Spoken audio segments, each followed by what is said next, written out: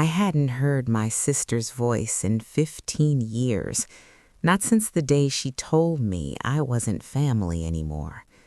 When she came back, it wasn't with an apology or tears. It was with a doctor's report, a failing body, and one impossible request. She didn't want forgiveness. She wanted my kidney. I was folding laundry when the phone rang, the ordinary kind of afternoon where nothing feels like it could change your life. Sunlight was sliding through the curtains, dust floating in it like tiny stars. My hands smelled faintly of detergent and warm cotton. I almost didn't answer because the number was unfamiliar, and at my age, unfamiliar numbers usually mean telemarketers or bad news. I answered anyway because some part of me still believes the world might call with something good. "Is this Maryam?" the woman asked. Her voice was careful, practiced, professional. "Yes," I said, tucking the phone between my ear and shoulder. "This is the Transplant Coordination Unit at Riverside Medical Center. I'm calling on behalf of your sister, Aisha." The towel slipped from my hands. It landed softly on the floor, but inside my chest, something hit hard. Aisha. I hadn't said her name out loud in years. I hadn't needed to. It lived in me like an old scar, something that stopped hurting if you didn't touch it. "I don't have a sister," I said, and I surprised myself with how steady my voice sounded.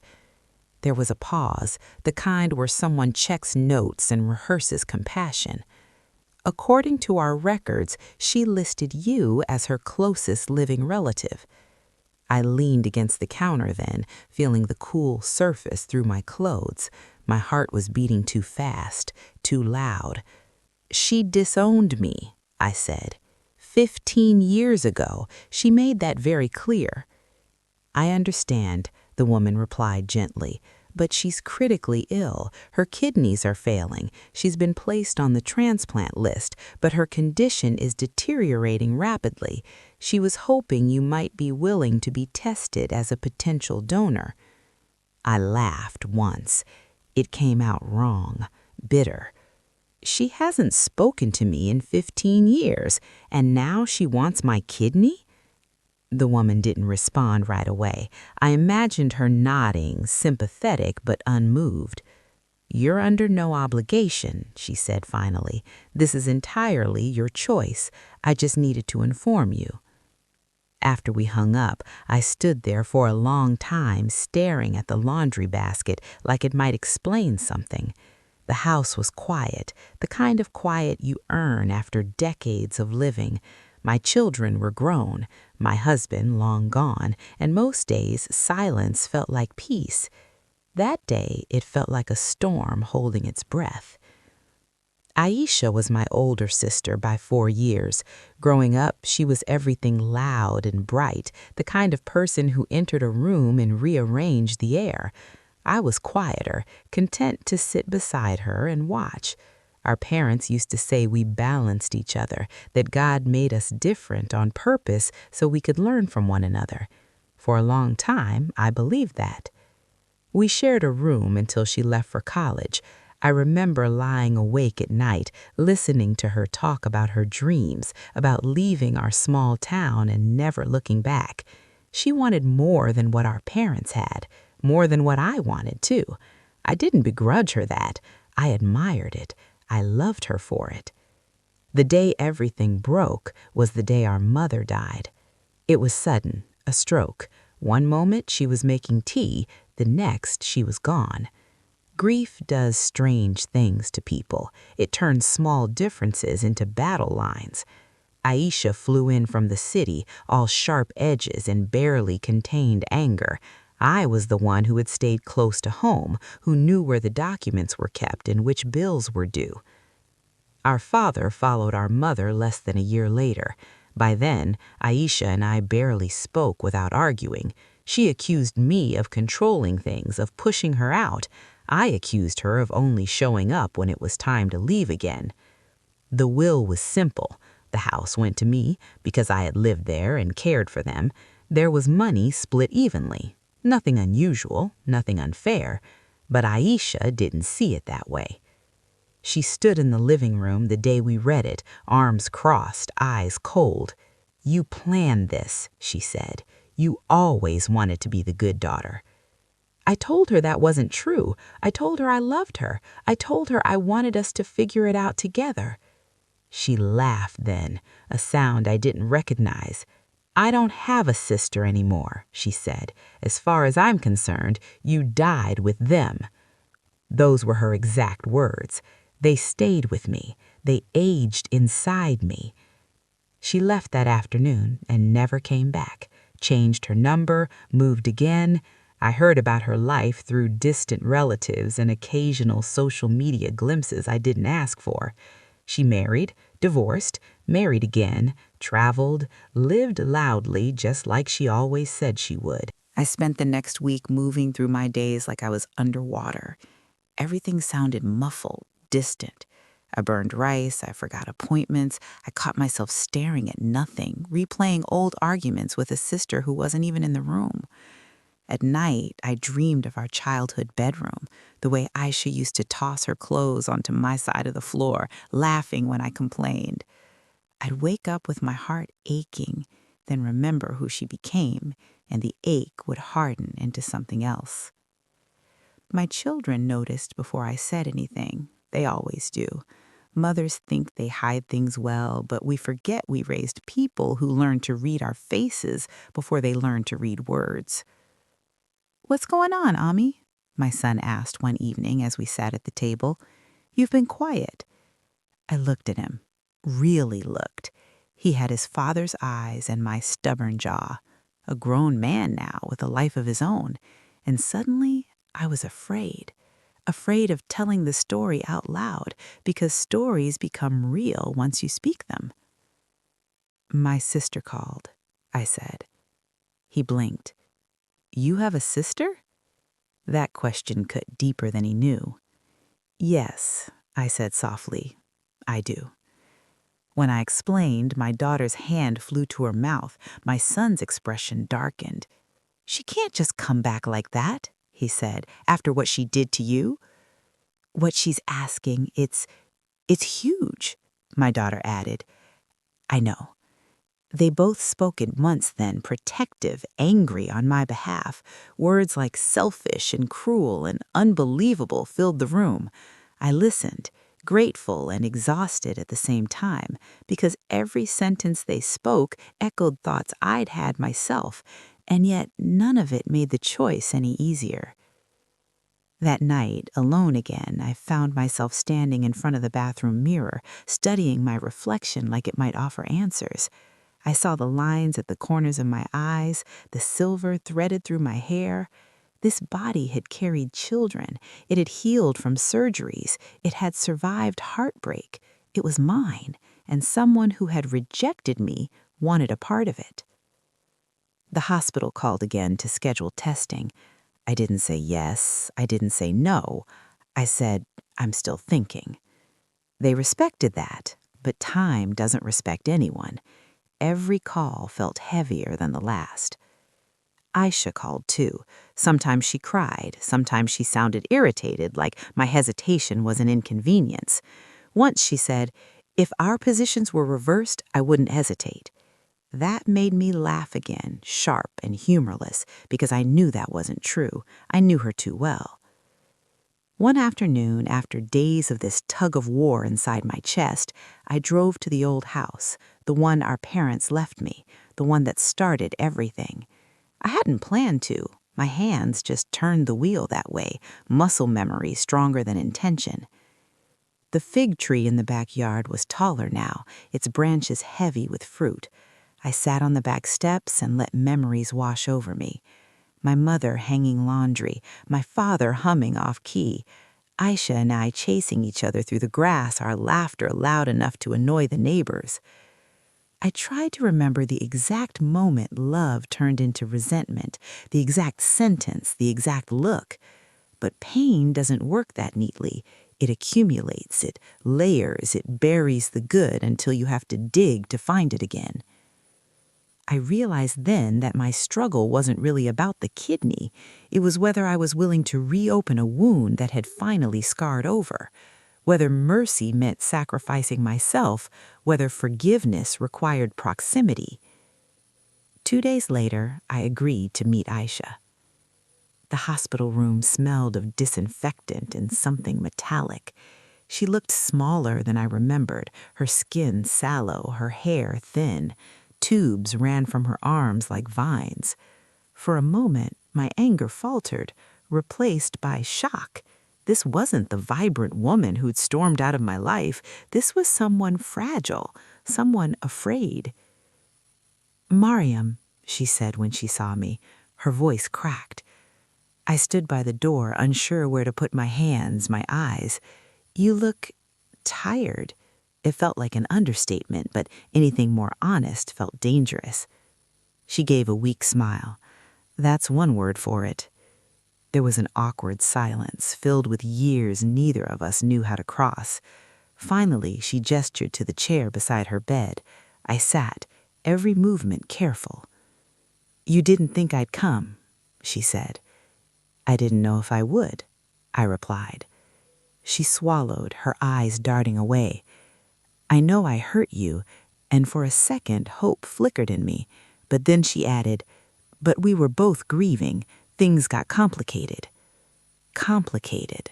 That's what she called erasing me. "I needed you," I said quietly, "after they died." She looked at me then, really looked, and something passed across her face. Guilt, maybe, or just discomfort. "I needed space," she said. "You were always so rooted, it felt suffocating." I nodded slowly. "So you cut me off." She didn't deny it. I did what I had to do.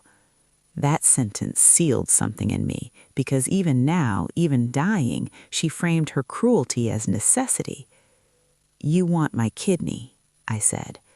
Her eyes filled with tears instantly. "I want to live." There it was, raw, honest, and selfish, and human. We sat like that for a long time, the hum of machines filling the space where apology should have been. When I stood to leave, she reached for my hand. Her grip was weak but desperate. "Please," she whispered, "I don't have anyone else." I gently pulled my hand back. "You chose that," I said, not unkindly, just truthfully. On the drive home, my chest felt tight, like grief and anger were wrestling inside me. I cried then, for the sister I lost, for the one in that hospital bed, for myself. That night, I made my decision. I called the hospital the next morning and agreed to be tested, not because she deserved it, not because she asked the right way, but because I needed to know once and for all who I was, whether I would let bitterness define me or boundaries strengthen me. The tests were grueling, blood draws, scans, endless questions. Each step felt like walking deeper into something irreversible. When the coordinator finally called with the results, her voice was solemn. "You're a compatible match," she said. I thanked her and hung up, my hands shaking. I called Aisha next. She cried again, louder this time. Gratitude poured out of her in waves, promises. "I'll make it up to you," she said. "I swear." I didn't respond to that because I wasn't doing this for repayment. But even as preparations began, something inside me resisted fully committing. A quiet voice asked questions I hadn't answered yet. Questions about what came after, about whether saving her life meant surrendering my own peace. I realized then that donation wasn't a single choice. It was a path with turns I hadn't reached yet. And I was about to face the hardest one.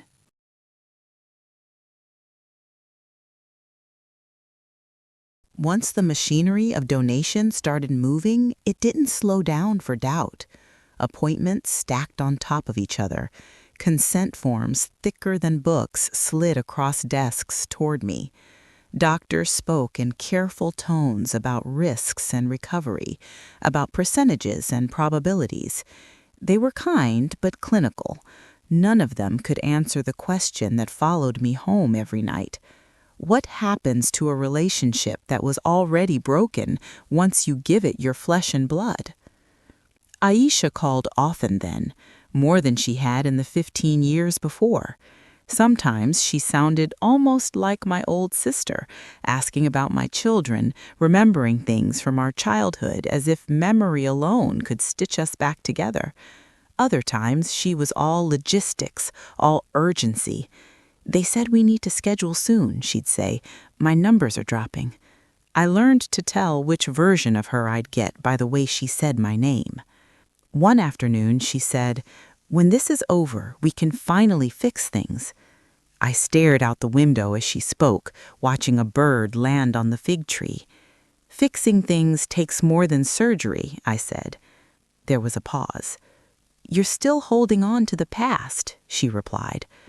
That hurt more than I expected, because it told me she still saw my pain as an inconvenience, something to be brushed aside so the important work could continue, her survival, her timeline.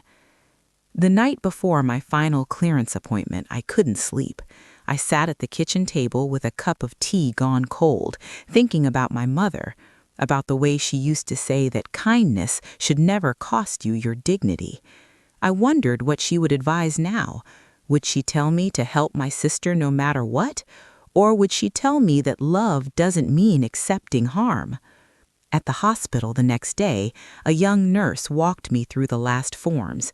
At the bottom of one page was a paragraph I hadn't really read before. It explained in plain language that I could withdraw consent at any point, even on the day of surgery, even without explanation. The recipient would never be told why. "You still have a choice," the nurse said gently, tapping the page. I nodded, but my throat tightened. I hadn't realized how much pressure I'd been carrying until someone named the exit. That afternoon, Aisha asked to see me again. She looked worse. There was no denying it now. Her skin had a yellowish tint, her eyes sunken. Seeing her like that stirred panic in me, a fear that whispered, "If you don't do this, she will die, and you will have to live with that." "I heard you're cleared," she said, forcing a smile. "I am," I replied. She reached for my hand again, and this time I let her hold it. Her palm was cold. "I don't know how to thank you. I know I haven't been easy." I waited. My heart thudded in my ears. This was the moment, I thought. This is where she says it. This is where she owns what she did. Instead, she squeezed my hand and said, "I always knew I could count on you." Something in me went very still. Count on me. Not love me, not regret hurting me. Count on me, like a resource, like something reliable and quiet that exists to be used. I gently pulled my hand away. "Aisha," I said slowly, "do you understand what you're asking of me?" She frowned. "Of course I do." "No," I said. "Do you understand what you did to me? When you walked away? When you told me I wasn't your sister anymore?" Her expression hardened, the warmth draining from her face. "We've been over this," she said. "Why are you doing this now?" "Because I need to know," I replied, my voice trembling despite my effort to keep it calm. "I need to know that you see me, not just what I can give you." She sighed, irritation flashing. "I'm sick, Maryam. I don't have the energy for this." That sentence landed like a door slamming shut. In that moment, clarity came, not loud, not dramatic, quiet, heavy, certain. I saw the future stretching out in front of me recovering from surgery alone, me hoping for a changed relationship, me making excuses when that change never came, me swallowing resentment because I'd already given too much to walk away. "I can't do this," I said. Her eyes widened. "What?" "I can't give you my kidney," I repeated. The words felt solid in my mouth, like they belonged there. She stared at me, disbelief turning to anger.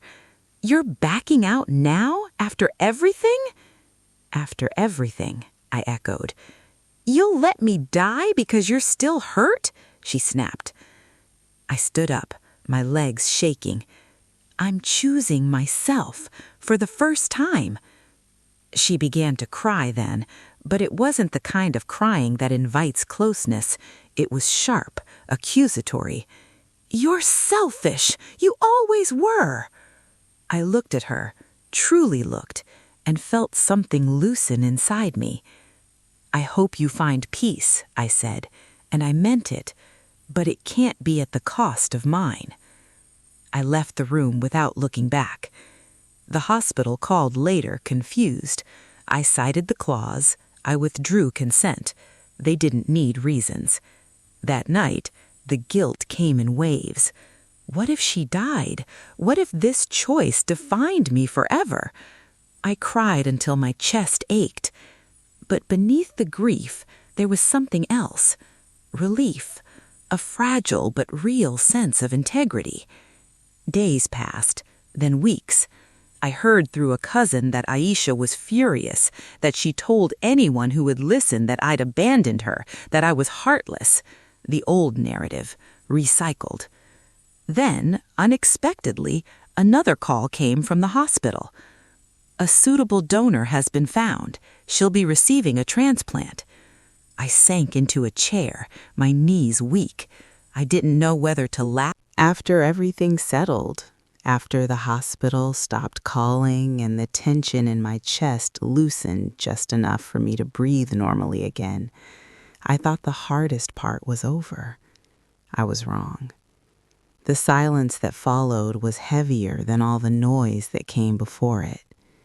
There were no more urgent phone calls, no more decisions hanging in the air, just me, alone with the choice I had made, replaying it from every possible angle like a stone in my pocket I couldn't stop touching. People around me reacted in ways that surprised me. Some friends praised my strength, told me they could never have done what I did. Others avoided the subject entirely, their discomfort loud in what they didn't say. A few hinted carefully that maybe I should have tried harder, that family is family no matter what. I smiled and nodded and changed the subject because explaining yourself to people who've never lived your pain is another kind of exhaustion. My children were firmly on my side, but even with them I could tell they worried about me, not because they doubted my decision, but because they saw how deeply it affected me. My daughter came by one afternoon with soup she didn't need to bring and stayed longer than usual, folding laundry that didn't need folding. "Do you regret it?" she asked quietly as we sat together. I considered the question carefully. "No," I said, "but that doesn't mean it was easy." Regret and grief aren't the same thing. I grieved the sister I wished I had. I grieved the fantasy that this crisis might have transformed her, might have given us the reconciliation movies promise, but life rarely delivers. Letting go of that hope hurt. It still does sometimes. Weeks turned into months. Slowly, I returned to myself. I started gardening again, my hands in the soil grounding me in something real and present. I went on longer walks. I laughed more easily. The body keeps score, they say, and mine seemed to recognize that the danger had passed. Then, just when I thought the chapter was truly closed, a letter arrived. It was handwritten. The return address was unfamiliar, but I knew before opening it who it was from. My hand shook as I slid my finger under the flap. The paper inside was thin, creased like it had been folded and unfolded many times.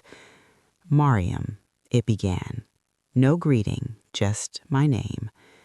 I don't know why I'm writing this. Maybe because I don't know how to say these things out loud. I'm alive. The transplant worked. I don't know how to feel about that yet. Gratitude feels complicated. I paused there, my chest tight. Gratitude feels complicated. That was the most honest sentence I'd ever heard from her. She went on to write about recovery, about pain and dependence and fear, about how losing control of her body forced her to confront things she'd avoided for years. She didn't apologize directly, not once, but she circled the truth, close enough to feel its heat. "I was cruel to you," she wrote. "I justified it because it was easier than admitting I was wrong. You were always there, and I punished you for it." I read that sentence again and again. It wasn't the apology I dreamed of, but it was something fragile, something late.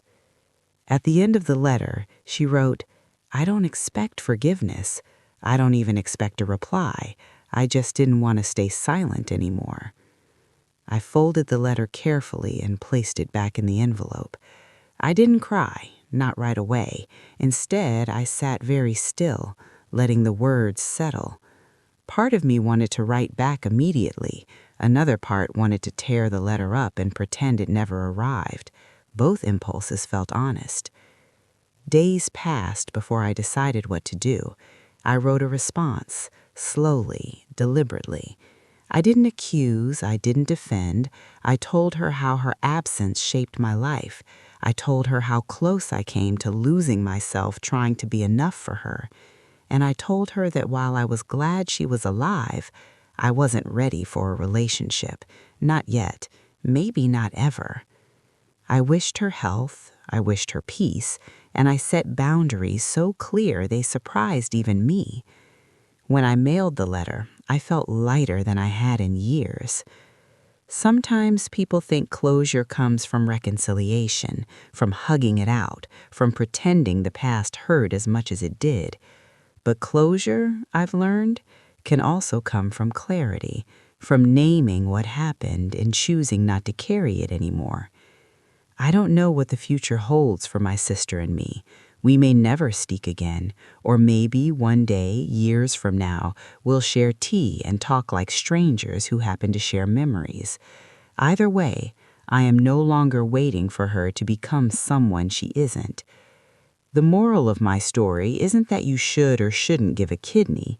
It's that your body, your time, your forgiveness are not debts you owe simply because you share blood. Love given freely is a gift. Love taken by force is a theft. I carry no hatred for my sister now, just understanding. And understanding, when paired with boundaries, is a powerful kind of peace. After I sent that letter, life didn't suddenly become perfect. Healing isn't a straight road. It's more like a path that doubles back on itself when you least expect it. Some mornings I woke up light, almost relieved, like a weight had finally been named and set down. Other mornings, a single memory could pull me backward, and I'd feel that old ache again, the one that asks why loving someone had to hurt so much. What surprised me most was how much of my identity had been shaped around my role as the reasonable one, the dependable one, the sister who stayed. When I chose myself, even just once, it felt unfamiliar, like wearing shoes that didn't quite fit yet. I had to learn who I was without constantly adjusting myself to accommodate someone else's absence. I began therapy at my daughter's gentle insistence. At first, I told myself it was unnecessary. I wasn't broken. I functioned. But sitting across from a woman who listened without rushing me, who didn't minimize or justify, unlocked things I didn't know I buried. I spoke about childhood, about always being the quieter one, the one who learned early that peace was kept by yielding. I spoke about how Aisha's rejection had confirmed a fear I didn't know I carried, that I was only lovable when useful. Naming that out loud was like turning on a light in a room I'd avoided for years. Around that time, I ran into an old neighbor at the market, someone who'd known our family when we were whole. She asked after Aisha, her tone casual, unaware of the minefield she was stepping into. "I heard she was sick," she said. "You must have been so worried." I took a breath before answering. "I was," I said, "but I'm learning to worry without disappearing." She looked confused, but she nodded, and for once I didn't feel the need to explain further. That felt like progress. Word eventually spread, as it always does in communities stitched together by shared history. Some people viewed me differently after everything. I could feel it in the way conversations paused when I entered a room, in the sidewise glances. The story, retold without nuance, painted me as the sister who refused, the one who chose herself over family. For a while that stung, then slowly it stopped mattering. Because the truth is, people will always rewrite your story to make sense of their own fears. It's easier to judge than to imagine being in the same position. One evening, months later, I received a message from Aisha. Not a letter this time, a short email. She wrote that recovery had given her too much time to think, that losing control had humbled her, that she understood now why I said no, even if it took her time to accept it. She ended with, "I hope one day you can see me without remembering the worst of me." I stared at the screen for a long time. Her words were softer now, less defensive, still careful. I didn't reply, not because I wanted to punish her, but because I was learning that response is a choice, not an obligation. Instead, I closed the laptop and went outside. The fig tree was bare now, branches stark against the sky.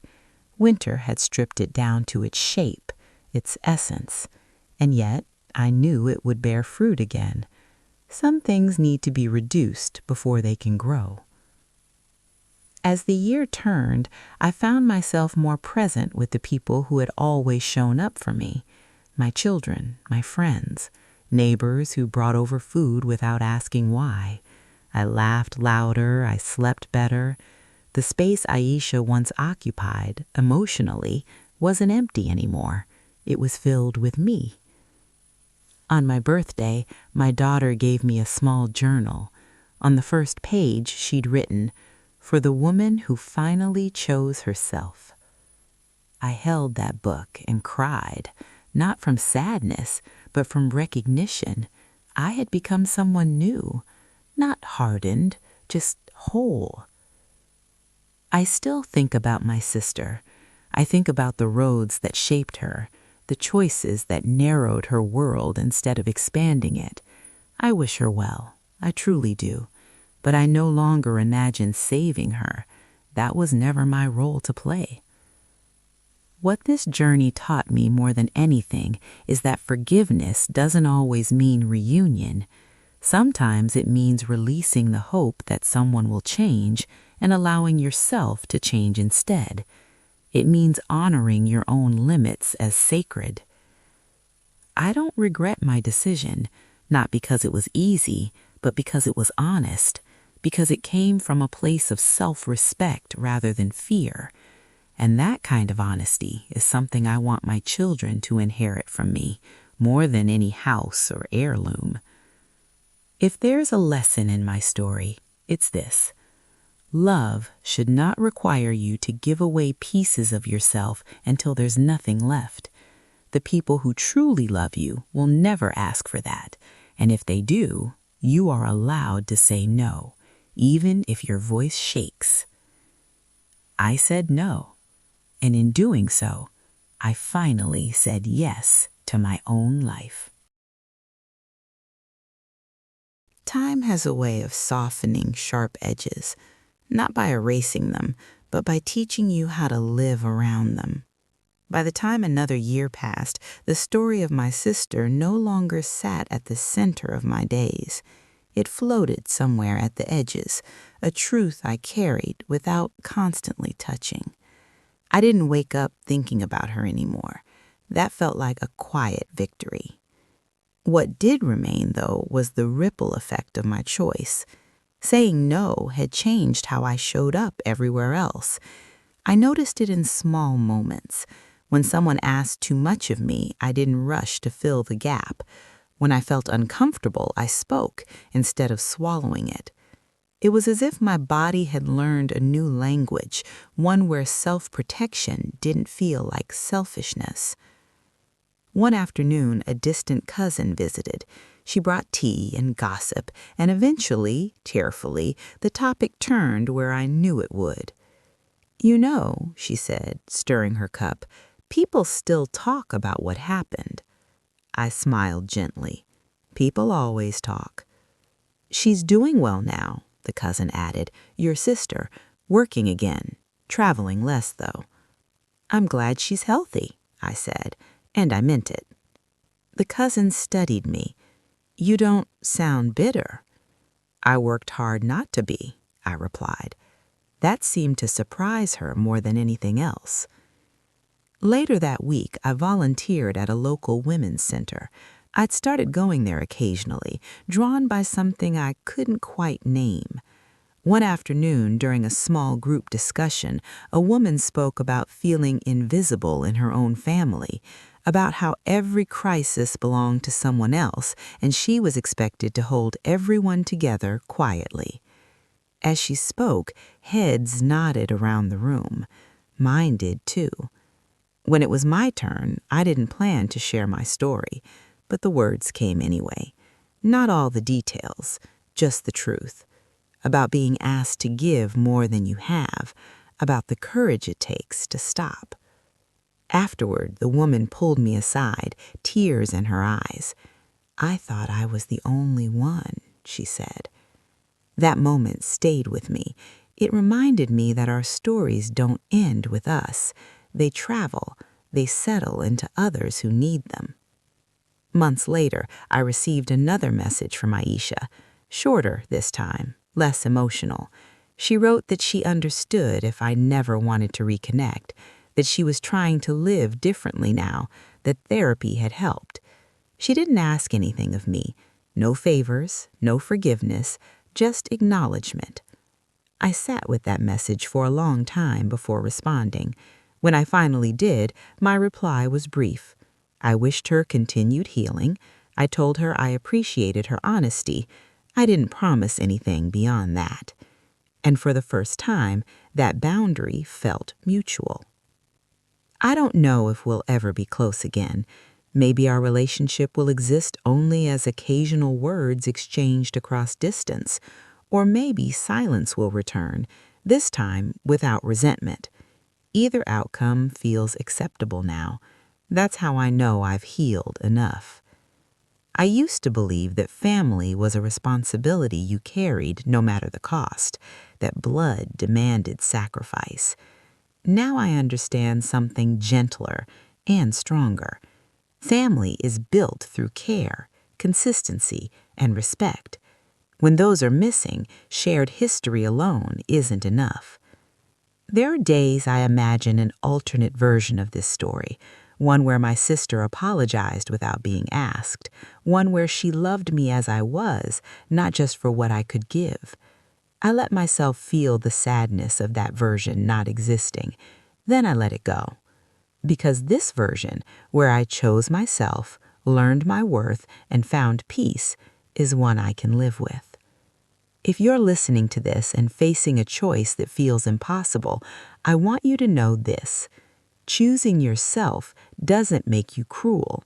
It makes you honest. And honesty, even when it breaks hearts, is often the first step towards healing the ones that matter most, starting with your own. By the second anniversary of everything that happened, the story no longer felt like an open wound. It felt like a scar, visible, meaningful, but no longer bleeding. I could talk about it without my throat tightening. I could hear my sister's name without my heart racing. That, to me, was the quiet proof that time and intention really do work together. I marked the day not with sadness, but with intention. I woke early, made myself tea, and sat by the window as the city came to life. I thought about how close I came to losing myself to guilt, how easily I could have said yes just to keep the peace, just to avoid being seen as the bad one. And I thanked the version of me who had paused long enough to listen to her own fear. Later that morning, my son called. He didn't remember the exact date, but maybe he sensed something in me. "You okay, Ami?" he asked. "I am," I said, smiling. "I really am." That afternoon, I went through old photographs, not out of longing, but curiosity. I found one of Aisha and me as teenagers, sitting on the roof of our house, legs dangling over the edge. We were laughing at something unseen, our faces open and unguarded. I studied that image for a long time, not with blame, not with nostalgia that hurt, just with acknowledgement. We were once close. That truth can exist alongside everything else. I realized then that healing didn't require rewriting the past, it required holding it honestly. In the months that followed, I found myself speaking more openly when people came to me with their own dilemmas. Friends, acquaintances, even strangers sometimes shared stories of obligation and guilt, of being stretched thin by family expectations. I never told them what to do, I just told them what I learned, that love without respect will eventually hollow you out, and that boundaries are not walls, they are doors you choose when to open. One evening after a community event, a woman pulled me aside. She was younger than me, her eyes tired in a way I recognized instantly. "My sister is asking me for something I don't think I can give," she said. "Everyone says I should." I looked at her and saw myself, years ago. "What do you think?" I asked gently. She hesitated. "I think I'd lose myself." "Then listen to that. It's trying to protect you." She nodded slowly, tears slipping down her cheeks. In that moment, I understood that my story had become something larger than my pain. It had become a lantern I could quietly pass on. As for Aisha, our communication settled into something distant but civil. Occasional messages on holidays, short updates about health, no expectations, no emotional demands. It wasn't the sisterhood I once imagined, but it was honest, and honesty, I've learned, is a kind of peace. Sometimes I wonder if she ever fully understood the gift I almost gave her, not my kidney, but the mirror my refusal held up to her life. Maybe she did. Maybe she didn't. That part is no longer mine to carry. What I do carry now is a deep respect for myself, for my body, for my emotional limits, for the younger version of me who learned too early to shrink for harmony. I no longer confuse silence with strength. I no longer believe endurance is the same as love. If this story has taught me anything worth passing on, it's this: you are allowed to be whole. Even if someone else needs what you have, even if they share your blood, even if the world tells you sacrifice is the highest virtue, your life is not a spare part. I didn't lose my sister the day I said no. I lost her the day she decided I only mattered when I was useful. What I gained in the end was myself, and that has changed everything.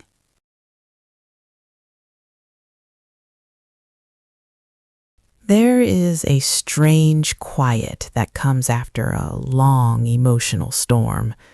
Not emptiness exactly, more like still water reflecting everything clearly for the first time. That's where I found myself in the years after everything settled. Not waiting, not bracing, just living.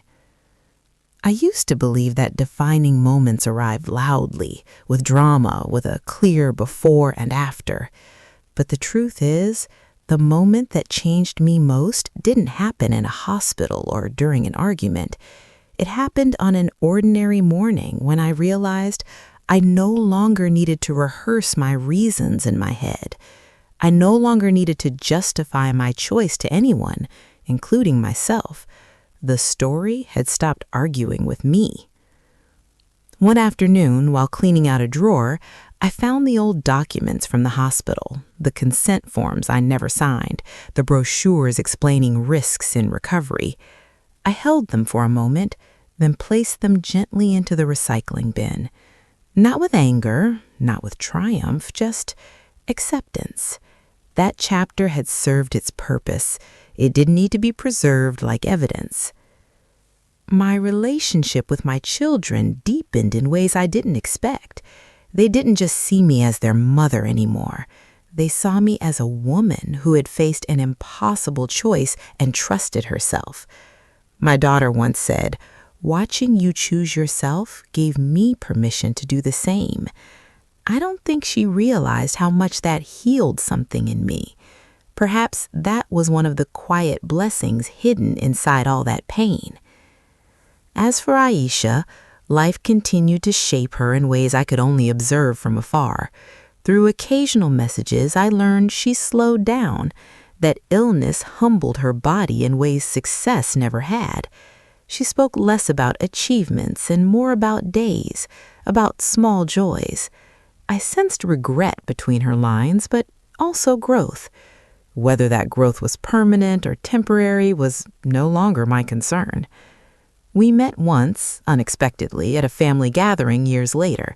No dramatic reunion, no tears, just two women standing across from each other, older, softer around the edges. She smiled, uncertain. I smiled back. We exchanged polite words, nothing heavy. When we parted, she touched my arm briefly and said, "I hope you're well." I am, and I was. I didn't feel robbed of something anymore. I felt complete. There's a lesson people often miss when they hear stories like mine. They think the moral is about refusal, about strength meaning hardness. But that's not what this story taught me. The real lesson is about discernment, about knowing when giving is love and when giving is self-erasure, about understanding that your worth is not measured by how much you can sacrifice. For years, I believed love meant endurance, that if I could just tolerate enough, stay quiet enough, give generously enough, I would be chosen, I would be kept. But real love doesn't demand that you shrink. Real love makes room for you. When my sister returned needing my kidney, she unknowingly offered me a mirror. In it, I saw the patterns of my life clearly, the ways I'd been conditioned to be useful instead of valued. Her request forced me to choose between repeating that pattern one final time or breaking it forever. I broke it. And in doing so, I didn't become cruel. I became honest. Honest about my limits, honest about my pain, honest about what I deserved. If you're listening to this and facing a moment where someone asks for more than you can give, whether it's your body, your time, your forgiveness, or your silence, I want you to hear this clearly. You are allowed to protect yourself. You are allowed to pause. You are allowed to say no, even if your voice trembles, especially then. Your life is not an extension of someone else's choices. Your compassion does not require self-destruction, and your worth was never dependent on how much you could give away. Today, when I sit under the fig tree I planted years ago, I think about how it survived every season, storms, droughts, winters where it looked lifeless, and yet each year it still finds a way to bear fruit, not because it was cut apart for others, but because it was allowed to grow whole. That is what I chose, wholeness, and that choice saved me.